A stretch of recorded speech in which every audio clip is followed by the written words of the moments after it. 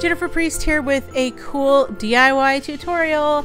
Today I'm going to share with you how to make this mixed media junk journal. Now this is kind of like the scrapbooks that we all make, and a little bit like a paper bag book. So in the past I've made paper bag books with fabric and paper lunch sacks and sewn them together. This is a similar type of book, but this is using all kinds of scraps, from fabric to scrapbook paper to glassine bags and book pages and vintage wallpaper, all different kinds of things, all in one cool junky journal. So here's how to get started. The first thing you need are some age tags, and these I actually got at a trade show. And what I'm doing is covering them with some Tombow Extreme adhesive and then putting some book paper on there. And this is kind of like a faux decoupage technique. No glue involved, no drying time. You just stick the adhesive, stick your book paper to it, and then rip away the excess book paper. So if you have like a catalog or something that has a cool picture and you want to cover up some ugly words, then use the adhesive. Here again, I'm using that Tombow Extreme adhesive to glue two pieces of paper together, and these are going to go inside of my journal. Now the cover of the book is a piece of wallpaper sample that I spray painted. So I really love the look of the spray paint on the wallpaper, so that came out really cool. Next, I'm just layering lots of different pieces of paper and fabric, gluing things together. Again, I'm using that Tombow Extreme adhesive. It is 5 times stronger than most of your regular adhesives. Next, I trimmed a piece of chipboard to 4 inches wide to serve as a guide for me to punch all of my holes for sewing the book binding together. So I'm punching through each piece of the book, so each page going all one direction, and then I'll punch through going the other side with the string and tie it together on the outside.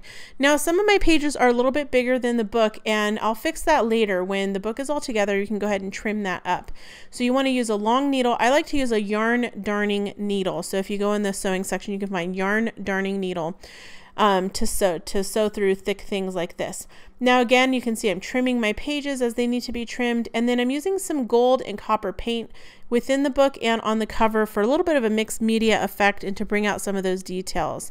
Next, I'm going to add some of this fun different papers that I have. I have like a book page with some mica stuck to it from another project, and again I'm going to use that Tombow Extreme adhesive to glue that to the cover, and this is not going to come off.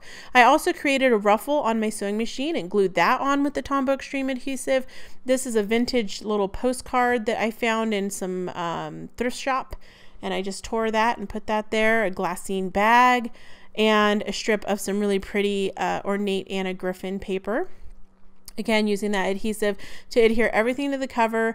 I punched a few glitter stars out to put inside my glassine bag, and I don't want those to fall out, so I'm going to again use some of that extreme adhesive to glue those into the bag, as well as to glue pieces of this doily. So I used the middle of the doily on another project, and I just saved the outside edge, and I'm going to use that to do some extra decorating here on my book. So you can see I put the little stars inside the bag there, and then I'm going to add this extra little bit of doily. Now on this part, this is some corrugated cardboard, and I just put my adhesive right on top of that and put a felt Christmas tree on there, and then I added some more baubles, some buttons, and a little miniature Christmas tree and a little piece of lace to the cover, as well as some ribbon that I can tie my book closed with. And this is now ready for journaling. You could put your Christmas cards in here, use it as like a scrapbook slash smash book, use it kind of as an art journal, put all of your Christmas things in there. You could also do this for a wedding as well, or with any type of ephemera, with maps if you're going to do a travel book or something like that. So I hope you enjoyed this tutorial. Please hit the thumbs up button if you did, and hit that subscribe button. We'd love to see you back here again soon. If you have any questions, please leave them in the comment section below and I'll answer them. Bye.